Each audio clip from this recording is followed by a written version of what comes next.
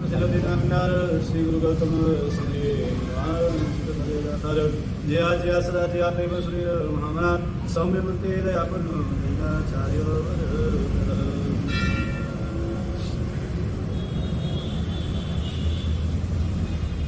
बोले सारे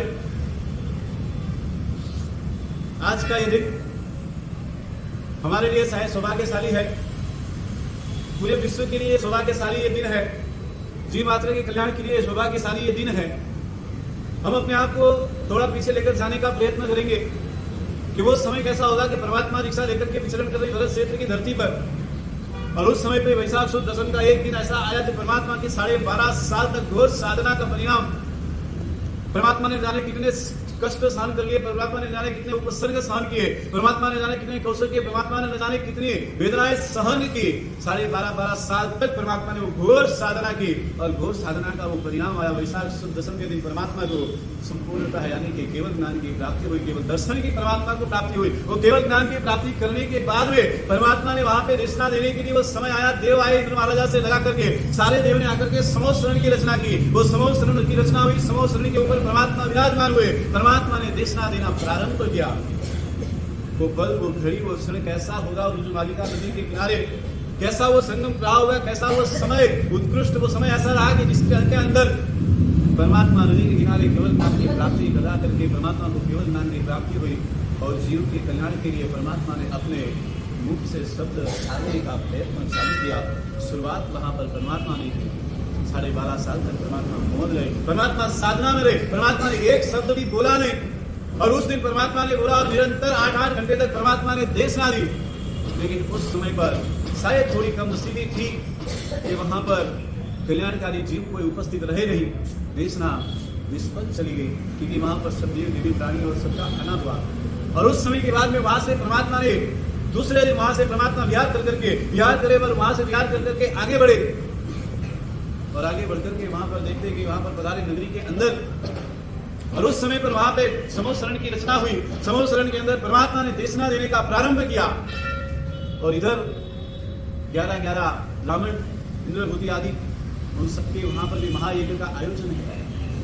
वहां पर महायज्ञ का आयोजन है और इधर परमात्मा की देशना चल रही है। देवों का आवागमन होता है। उनको लगता है कि हमारे यज्ञ का कितना प्रभाव है कि देव देवियां सब यहाँ पर आ रहे हैं। हम ये सब बातें कल्पसूत्र के अंदर आपने एक बार में 10 बार सुनी, लेकिन फिर भी आपको आज रिवीजन इसलिए करा रहा हूं। उस शब्दों को हमें समझने की जरूरत है, उस शब्दों को हमें अपने हृदय के अंदर हमें उतारने की जरूरत है, उस शब्दों को हमें अपने हृदय के अंदर दिल के अंदर धारण करने की हमें जरूरत है। क्योंकि हम ये सब भूल जाते हैं, बड़ी आसानी से भूल जाते हैं। जो याद नहीं रखना चाहिए वो हम भव तक अंतिम समय तक हम याद रखते हैं, लेकिन जो हमें याद रखना चाहिए वो क्षण मात्र में भूल जाते हैं। आज ये शासन स्थापना का दिन है, इसलिए आज आपको याद है। कल सुबह आप वापस ये दिन भूल जाएंगे। कल आपको पता नहीं होगा कि भाई कल के दिन हमारे लिए कितना महत्व था, कल का दिन हमारे लिए कितना उपकारी रहा, कल का दिन हमारे लिए कितना कल्याणकारी हो सकता था। कहते हैं बारिश में निकलने के बाद में अगर छतरी न हो तो बारिश में भीगना संभव है, हम भीग सकते हैं। लेकिन शायद वो बारिश में भीगेंगे तो शायद घर पे आकर के हम सूख जाएंगे, सुखाया जा सकता है। कपड़े भीग जाएंगे, सुखाए जा सकते हैं। तन भीग जाएगा, सुखाया जा सकता है। वहां पर वो जरूरत है। लेकिन एक बात याद रख करके चलना, इस शासन के अंदर आने के बाद में, ये धर्म मिलने के बाद में अगर ये शासन का छत्र हमारे सिर पर नहीं रहेगा, हम कभी भी यहाँ से अगर एक बार पाप कर्म के अंदर, एक बार इस संसार के अंदर भीग गए, हम वापस कभी सुख नहीं पाएंगे। हमारी आत्मा का भाव बढ़ जाएगा। ये बात कई मानते हैं।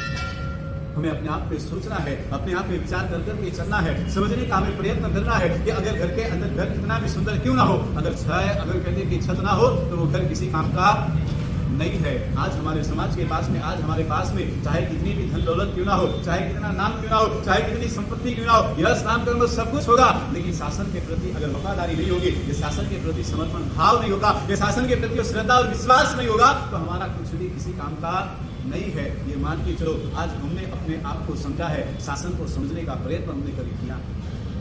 ये शासन हमें मिला है, ये शासन मिल गया, इतनी आसानी से मिल गया। खाली एक झंडा फहरा देने से, एक शासन के ध्वज के सामने हम फहरा देंगे, एक शासन ध्वज का हम गीत गाएंगे, एक शासन ध्वज की हमने वंदना कर ली, ये हमारा समर्पण भाव शासन के प्रति नहीं है।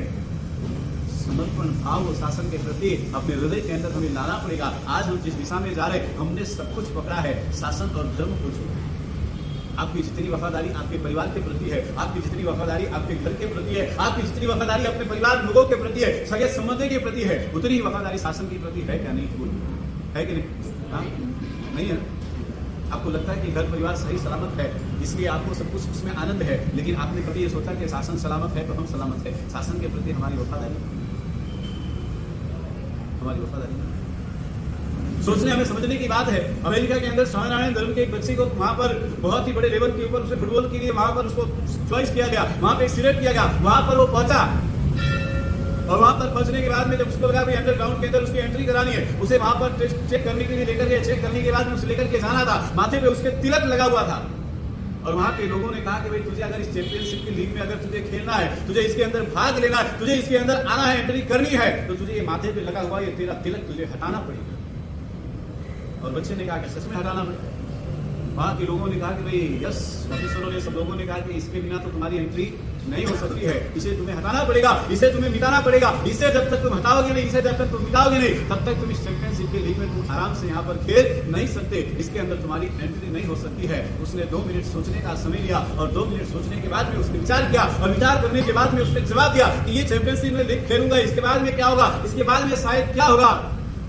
और उसके बाद में उसने उसके सर और उनके सबको बुला करके उसने एक बात कही कि अगर देखो मुझे आपको खिलाना है तो इस तिलक के साथ में ही मेरी एंट्री आपको करानी पड़ेगी। अगर आप ये सोचते हो कि मैं ये हटाकर ये तिलक मिटा करके मैं इस फुटबॉल ग्राउंड के अंदर में एंट्री रखूंगा, मैं इसके अंदर एंट्री लूंगा, पांव रखूंगा, तो आप एक बात समझ के रख लो कि ऐसा ना अभी हुआ है ना आगे होगा। आप चाहे मुझे यहाँ से निकाल दो, मुझे स्वीकार है, लेकिन ये मेरे धर्म की पहचान है, ये मेरे शासन की पहचान है, तिलक ये मेरा सम्मान है, इसे मिटा करके मैं ऐसे फुटबॉल को खेलने के लिए भी तैयार नहीं हूं। और उसने उस समय पे स्पष्ट रूप से मना कर दिया कि अगर आपको खिलाना है तो मुझे इसी तरह से आपको देना पड़ेगा, वरना आपकी लीग और आपका ये कार्ड आपको ये मुबारक है, मैं यहाँ पर खेलना।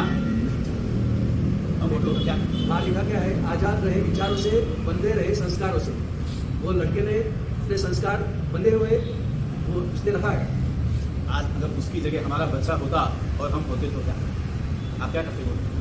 हाँ कहीं करो बिल कटावता क्या नहीं आता અને આટલી મોટી લીગમાં તને મોકો મળી રહ્યો है और कई फर्क पड़े जो रक्षाबंधन बांधी है तो आप वोकट करने साइड में गलियो बावजी वरे बांधन दी नहीं वे तो मार्केट में 530 मिले रही हो ज्यादा मूंगी तो नहीं भले भले लावे पे बंधियो तिलक नहीं मिले तो कोई मंदिर में सुबह आवे ने पासो तिलक करियो। शासन के प्रति वो समर्पण भाव, धर्म के प्रति वो अखंडता, धर्म के प्रति वो श्रद्धा का भाव, चाहे कुछ भी हो जाए मैं मेरे धर्म के खिलाफ जाकर के कार्य नहीं करूंगा।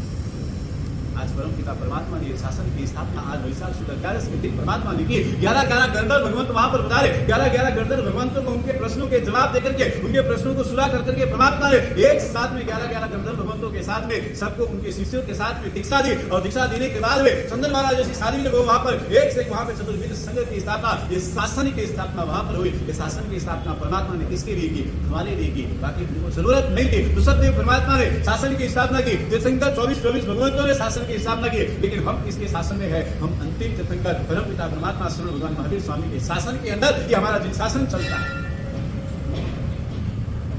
आज ये शासन की गरिमा हम बड़े शान से गाना आसान है, कहते हैं कि ध्वज लहराना आसान है, शब्दों में बोलना आसान है, लेकिन सच में वो केसरिया रंग जिन शासन का केसरिया रंग जिन शासन वहां तो ये केसरिया रंग जिन शासन का माथे पे हम लगाने के लिए कितना तैयार है? शासन के प्रति हमारा समर्पण भाव कितना है ये हमें सोचना है। आज हमारी फैसिलिटी के हिसाब से हम हमारा धर्म कर लेते हैं, आज हमारी फैसिलिटी के हिसाब से हमारी अनुकूलता के हिसाब से हम सब कुछ करने के लिए तैयार हो जाते हैं, लेकिन शासन के लिए करने की बात आए तो वापस रूम में जाकर के बैठ जाते हैं। और टांगे रही हो झगड़ा हुआ तो भाई अपने क्या मतलब है? शासन और शासन माते बैठ लो, अपने कहीं लेना देना, मंदिर टूटिया तो टूटिया, ध्वज गियो तो गियो, अपने कहीं फर्क पड़ रही हो। काले सुबह भले 9 लावे वफादारी समर्पण भाव बिल्कुल नहीं, समाप्त हो जाए।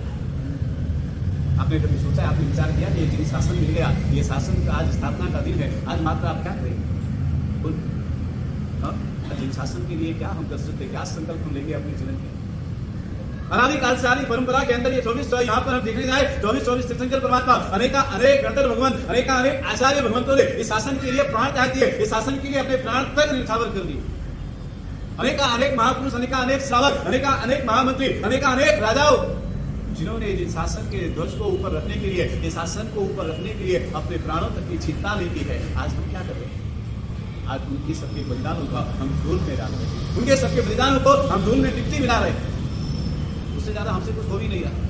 हम क्या कर रहे हैं? शासन किस दिशा में हम आगे बढ़ रहे हैं हमें वही पता नहीं। जिन शासन ये शासन का आज, ये शासन की स्थापना परमपिता परमात्मा ने आज के वैशाख शुद्ध 11 के दिन शासन की स्थापना की। एक बात समझ के लोग कहते हैं कि राष्ट्र ना हो तो यहाँ पर कहते हैं कि तुलसी कोई काम का नहीं होता। अगर ये देश ना होता तो राष्ट्र ना होता, राष्ट्र ना होता तो धर्म ना होता, धर्म ना होता तो शासन ना होता, और शासन ना होता तो हम भी ना होते। महत्व किसका है?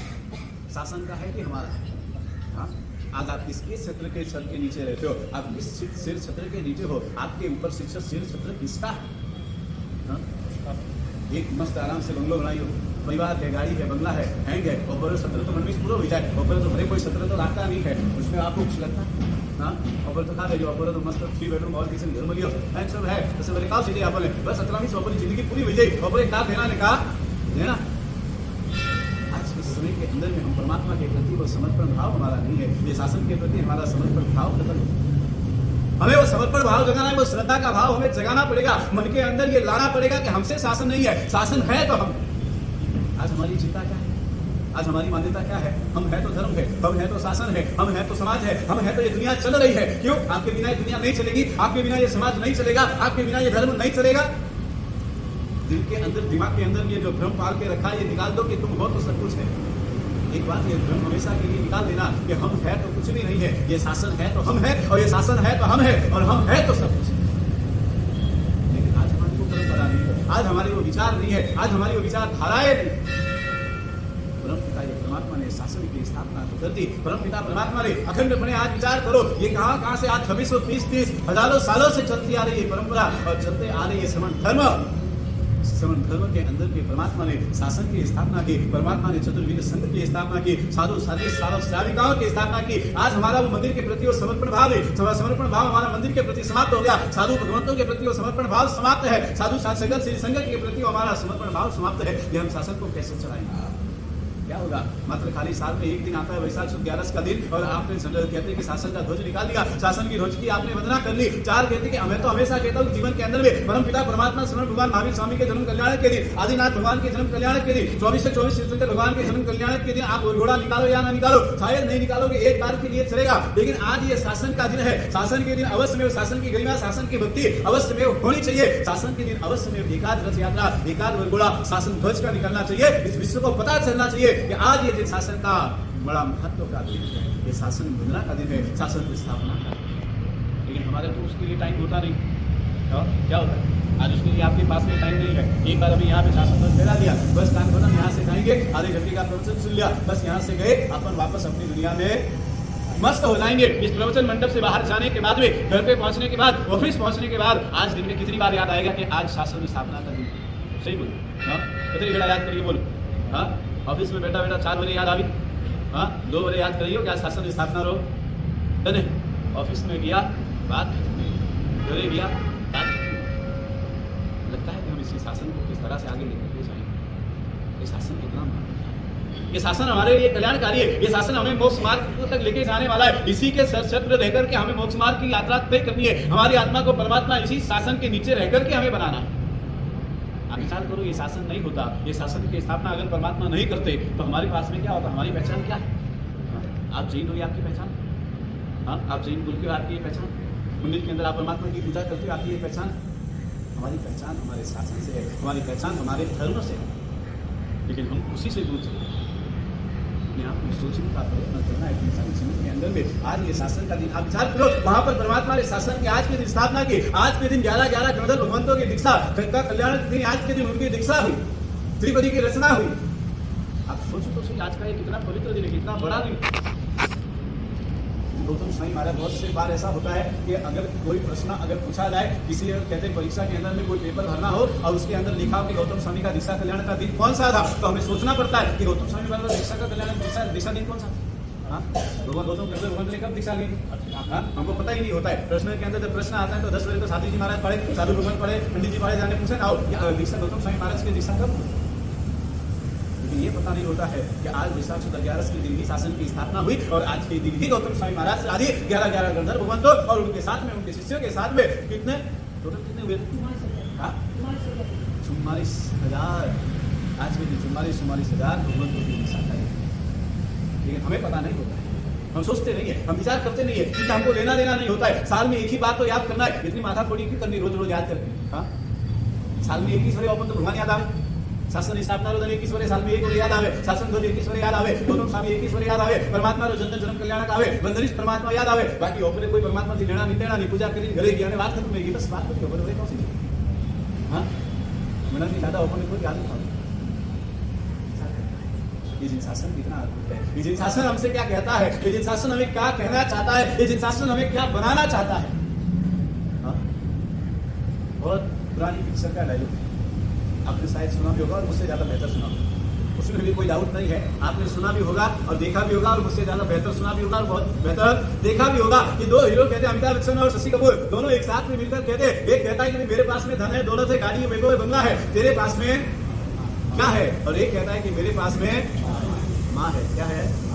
मेरे पास में माँ है। दुनिया यहाँ पे समाप्त हो जाती है। आज हमारे पास में हम गर्व से नहीं कह सकते, हमारे पास में अगर देखने जाए दुनिया के पास में शायद सुख वैभव सब कुछ होगा, दुनिया के पास में सब कुछ होगा। एक बच्चे ने धर्म के बच्चे से पूछा कि मेरे पास में क्या है, हमारे पास में गाड़ी है, बंगला है, दुनिया है, हमारे पास में तो अनेक धर्म है, हमारे पास में अनेक भगवान है, सब कुछ है। और वो बच्चे ने कहा कि मेरे पास में मेरा जिन शासन है। क्या है? मेरा जिन शासन है, मेरे पास में मेरा जिन शासन है। बात खत्म हो जाती है।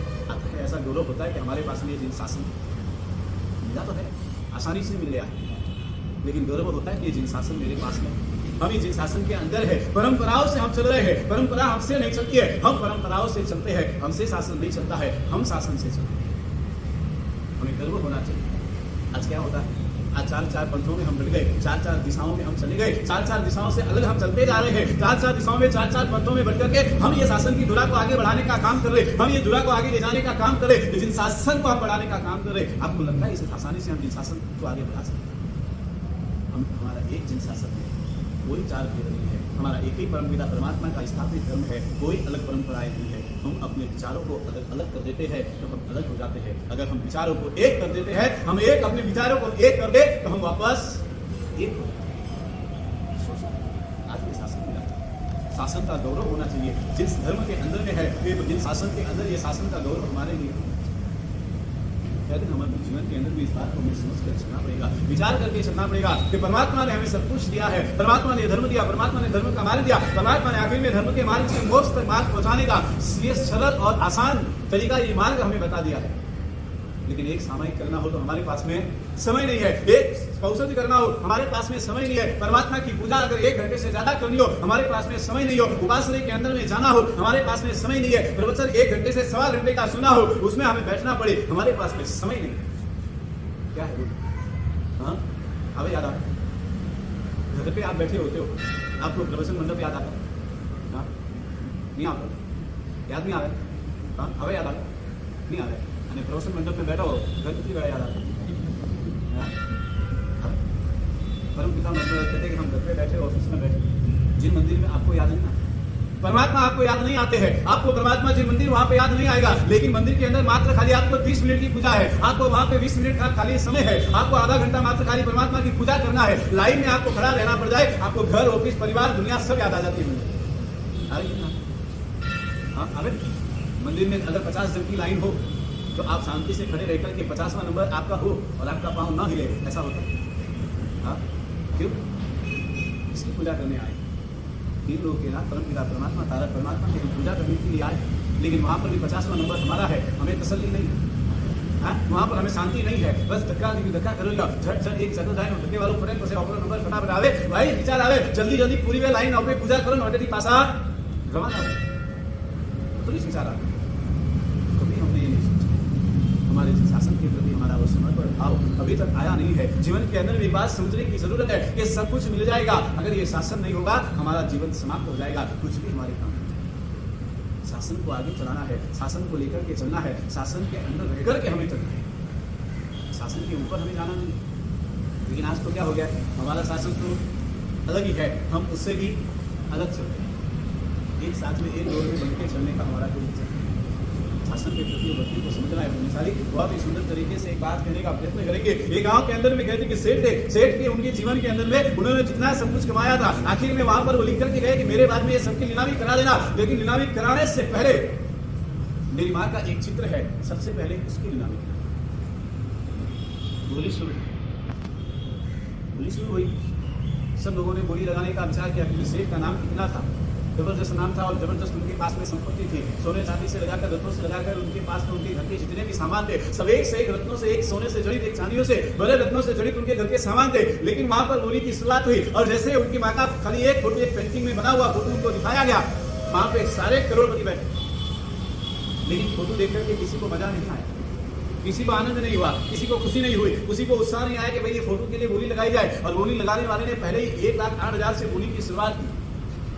सबने सोचा उनकी माता जी का फोटो है, पेंटिंग है, इसको लेकर के हम क्या करेंगे, हमें तो जो बड़े बड़े खजाने हैं उसकी नीलामी है, उसमें बोली लगाना है, वो हमें लेकर के जाना है। और उन्होंने बोली लगाने वाले से कहा कि भाई तुम इसके सिवाय दूसरी पहले चालू करो, टाइम ज्यादा नहीं है, टाइम कम है, अच्छी बड़ी बड़ी चीजों की नीलामी कराओ, ठीक रहेगा। और उसने कहा कि नहीं, सेज का अंतिम लेख और अंतिम विचार, अंतिम भावना एक ही थी कि मेरे सारे सामान की नीलामी हो, उससे पहले मेरी माँ के फोटो की नीलामी हो, उसके बाद में ही बाकी की सारी चीजों की नीलामी होगी।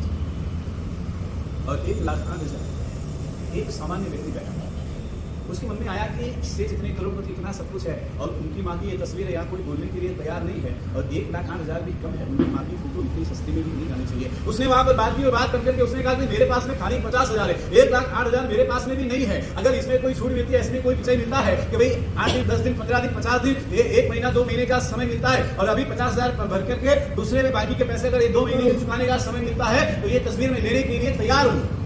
और उस समय पे बड़ी उसमें बात हुई, चर्चा हुई और सबने कहा भाई देखो कोई फर्क नहीं पड़ता है, 2 महीने का समय लो, अभी तो बड़ा समय बाकी है, 2 महीने के बाद ये पैसा भर देगा। और उसने बोली लगा करके 50,000 में 1 बार बोले, 2 बार बोले, 3 बार बोले, 1,08,000 में डन कर दिया और तस्वीर उनको दे दी गई। तस्वीर उनको दे दी गई, उसने वो माँ की तस्वीर ले ली, वो पेंटिंग अपने हाथ में ले लिया और हाथ में लेकर के बाहर जाने लगा और वापस वहां से अनाउंसमेंट हुआ। इस सेठ ने दूसरा पेपर में ये भी लिखा है कि इस पहली नीलामी के बाद में जो व्यक्ति मेरी माँ की तस्वीर को खरीदेगा, जो व्यक्ति मेरी माँ की तस्वीर को अपने गले से लगाएगा, जो व्यक्ति मेरी माँ की तस्वीर को लेगा, उसके बाद में नीलामी करने की कोई जरूरत नहीं है, मेरे सारा सब कुछ उसी को दे दिया जाए। बात समझ में आई?